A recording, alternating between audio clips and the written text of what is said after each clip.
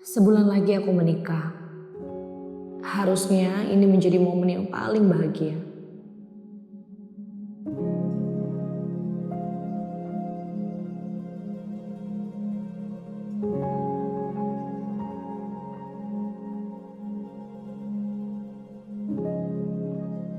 Tapi ada satu hal yang aku gak bisa terima. Ayahku pergi terlalu cepat. Bahkan ia belum sempat melihat aku di pelaminan.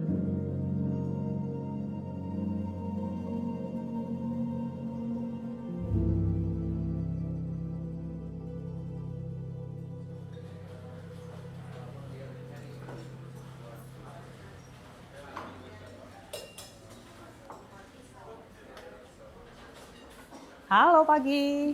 Ibu. Ya silakan Kak. Iya, aku mau order satu minuman ya. Oke boleh. Mari. Ya. Yang ini aja satu ya. Ya. Ditunggu ya Kak. Ya. Mau duduk sini atau di dalam Kak? Oh, belum bisa. Di dalam. Ya silakan Kak.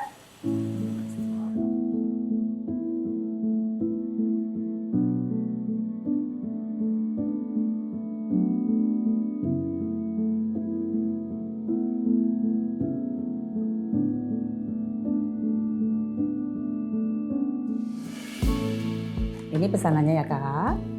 Silakan. Ya, boleh Ibu duduk di sini?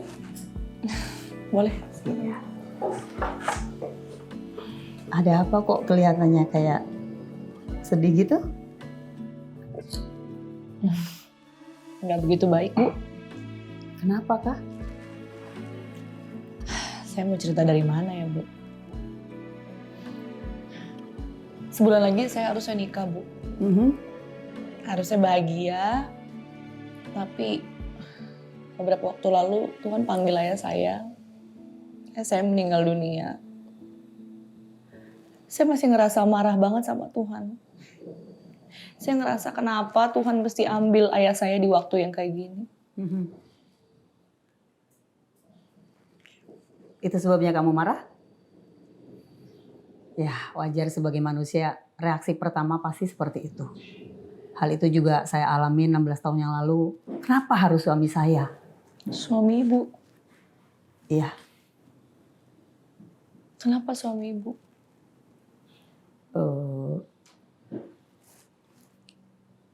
Suami Ibu ada di panti rehab karena mengalami gangguan mental. Rehabilitasi. Iya. Kebetulan hari ini Ibu ada kunjungan ke sana. Kalau kamu mau ikut, kamu boleh ikut Ibu. Boleh, Bu.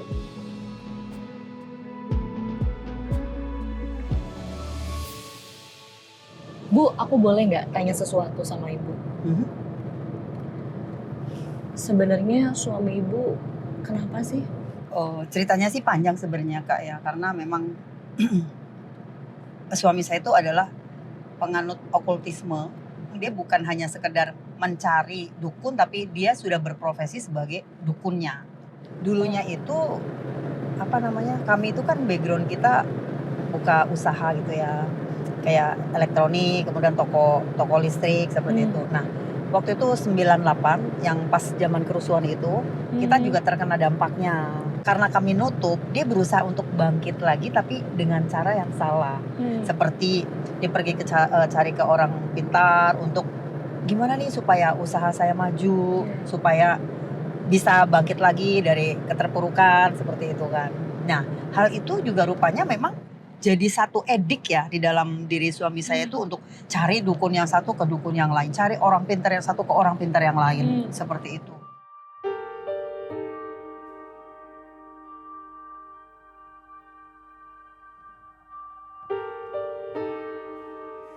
Gimana kabarnya? Hah? Ini susu, ada susu sini. Ini udah bisa nyetel itu Alkitab di sini. Oh, yang ini ya? Yang obat olesnya kan? Nyari ini. Ya, nggak apa-apa. Nanti saya panggil lagi kalau selesai ya. Sebentar kok. Ya. Makasih ya, Pak. Oke.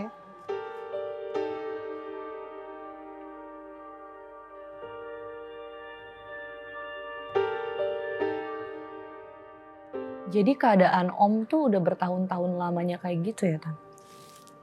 Tepatnya sih parahnya nggak seperti kemarin pas baru saya eksekusi dari tempat praktek perdukunannya gitu ya. Awalnya dulu ya masih normal, pokoknya saya tuh kurang lebih 16 tahun meninggalkan.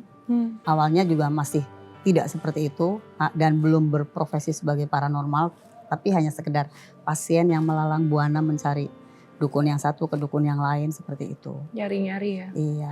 Pasti belasan tahun gitu, selama belasan tahun juga dong Tante terluka dengan Betul, perbuatannya betul, Om. Tapi apa betul. yang paling bikin Tante ngerasa terluka? Terlukanya itu seperti nggak menerima keadaan, yaitu di titik yang marah ke Tuhan. Marah ke Tuhan tuh, Tuhan kenapa harus menimpa saya gitu.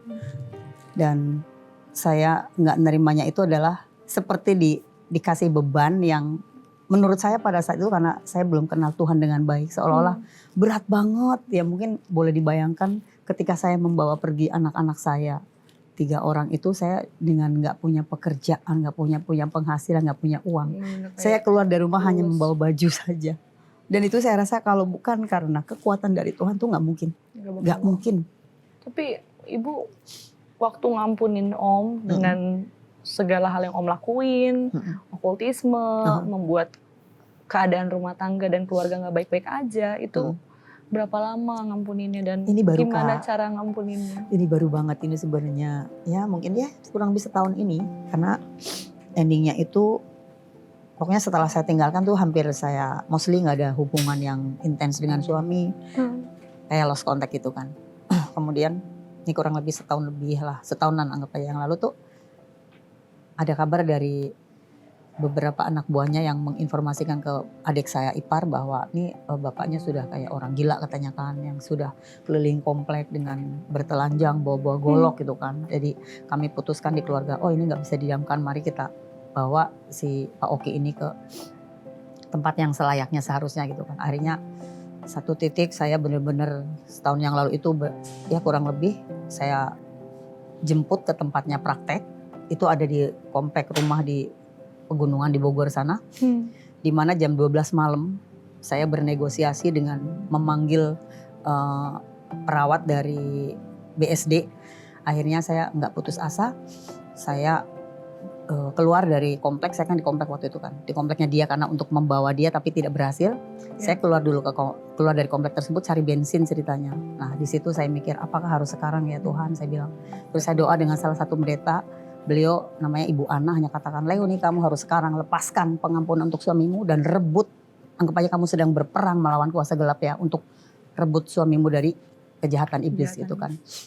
Jadi kurang lebih setahun ini Tante benar-benar mencoba untuk maafin Om, untuk recovery, lepasin pengampunan. Iya. Tapi kalau misalnya lihat keadaan Om kan cukup, aku tadi sempat lihat gitu kayak belum bisa berinteraksi dengan baik gitu. Betul.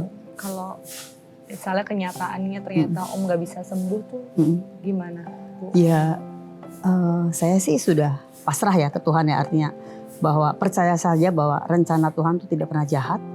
Rencana Tuhan itu selalu mendatangkan kebaikan bagi setiap kita.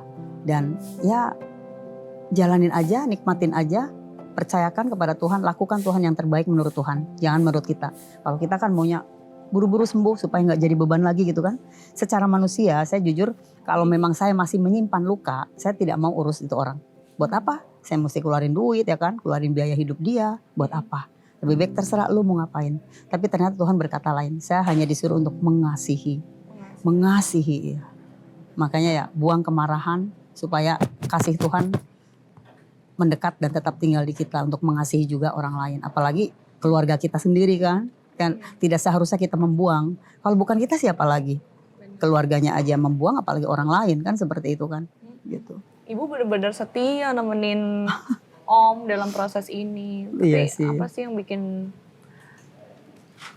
Tante atau Ibu sendiri ngerasa harus benar-benar setia nemenin perjalanan ini? Back to firman Tuhan lagi. Jadi kalau kita kembali ke situ, itu tidak ada ajaran Tuhan yang tinggalkan. Bahkan Tuhan bilang kasihilah musuhmu kan.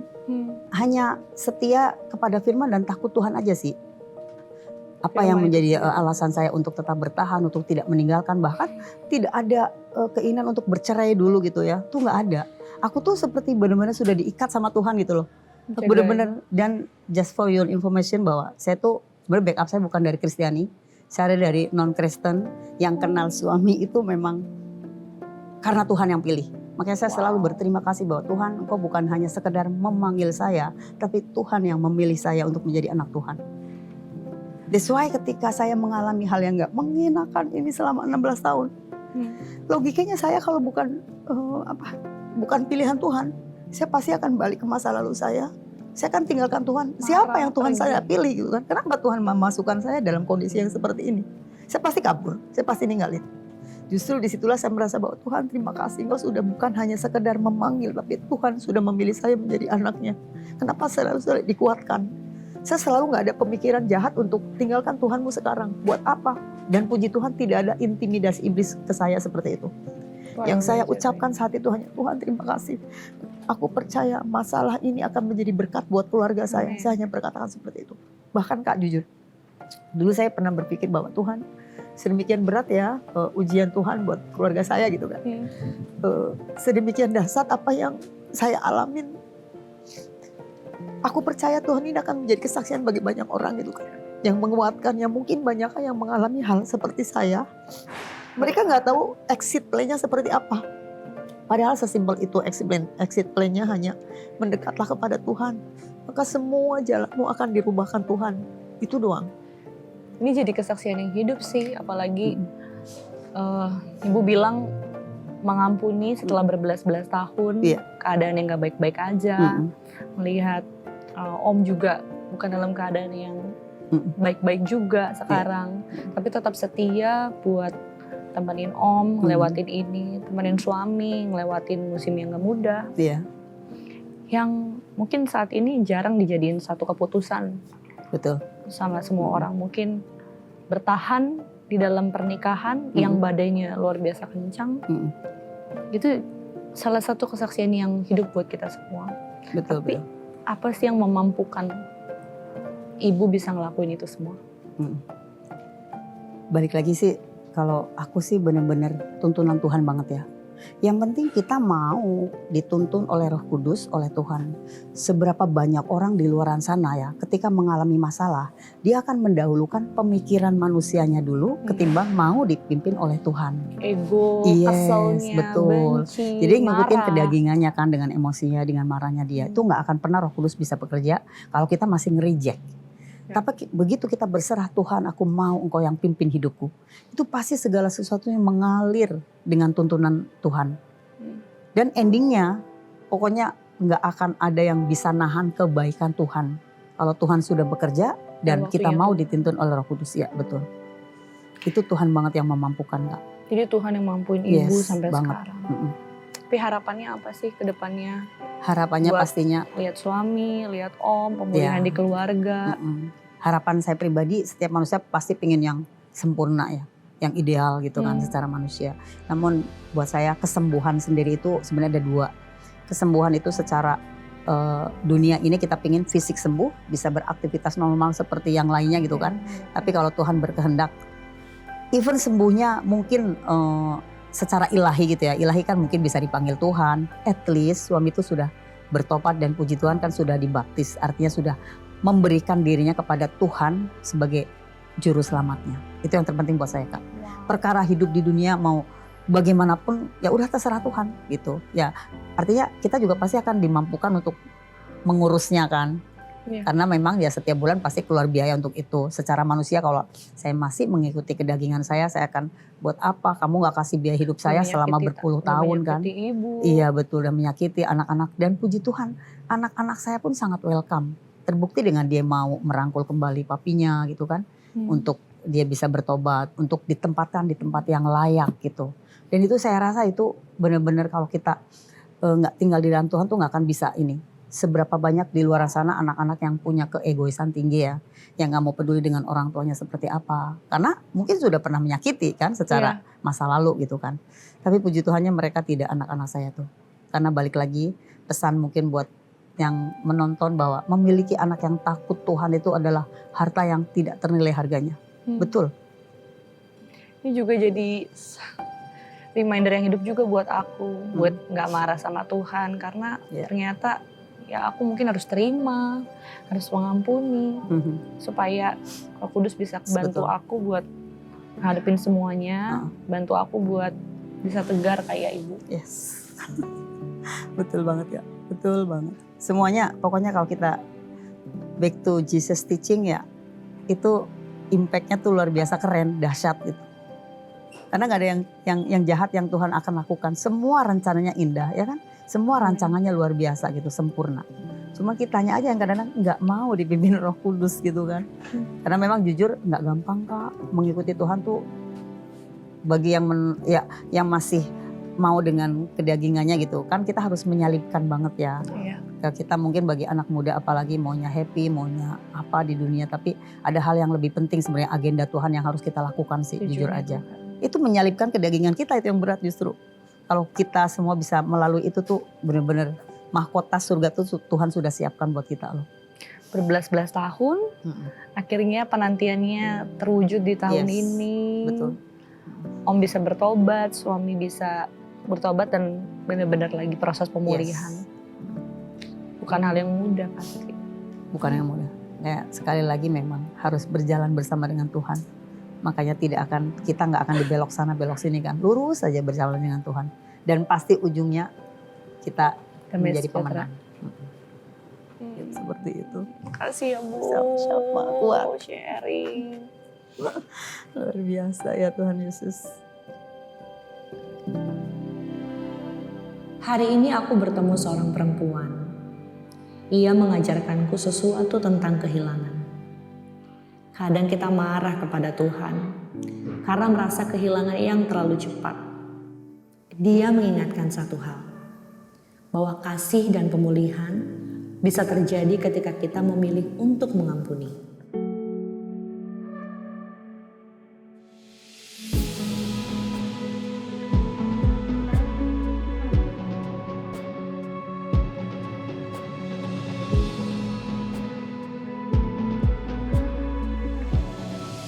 Sahabat, luka, dendam, dan amarah seringkali membawa kita kepada keputusan yang salah. Dan pada akhirnya membuat kita hidup dalam keterikatan. Keterikatan dengan dosa, kuasa gelap, dukun, bahkan hal-hal buruk lainnya yang mengikat hidup kita. Tetapi Tuhan tidak membiarkan kita terikat. Di dalam kasih-Nya Ia berinisiatif menyediakan jalan pembebasan bagi kita melalui pengorbanan Yesus Kristus dan membawa kita kepada terang-Nya yang ajaib.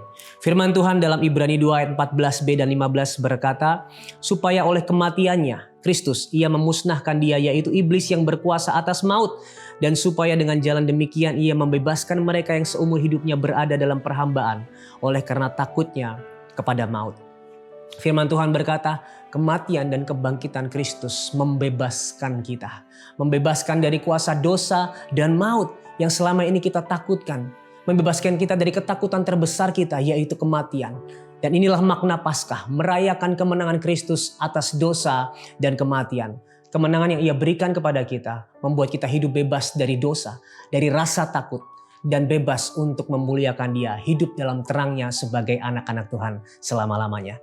Jika hari ini kamu rindu untuk hidup dalam kebebasan tersebut, saya undang kita semua untuk tundukkan kepala dan berdoa. Tuhan, kami datang kepadamu hari ini.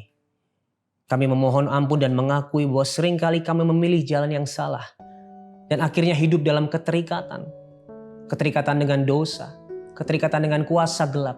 Keterikatan dengan hal-hal yang tidak Engkau senangi. Namun kami bersyukur hari ini kami diingatkan bahwa Kristus sudah menang atas dosa dan maut. Kematian dan kebangkitan Kristus membebaskan kami seutuhnya. Membebaskan kami sepenuhnya. Sehingga hari ini kami tidak lagi terbelenggu oleh apapun. Kami hidup bebas untuk memuliakan nama-Mu. Bebas dari rasa takut. Bebas dari rasa bersalah. Bersyukur buat pengorbanan Kristus di kayu salib. Terpujilah Engkau di tempat yang tertinggi. Di dalam nama Yesus Kristus kami berdoa dan mengucap syukur. Amin. Namun sahabat, jika hari ini kamu hidup dalam keterikatan dan kamu rindu untuk dibebaskan dari segala belenggu itu, kami rindu untuk mendoakanmu. Kamu bisa menghubungi nomor yang ada di bawah ini. Kami siap untuk mendengarkan ceritamu dan mendukung kamu di dalam doa. Ingat, satu langkah kecil ini akan membawa perubahan yang besar dalam hidupmu. Segala belenggu dosa, segala belenggu yang mengikat akan dipatahkan di dalam nama Yesus Kristus. Ingat, Tuhan Yesus sangat mengasihimu dan apapun permasalahanmu, di dalam Tuhan pasti ada solusi.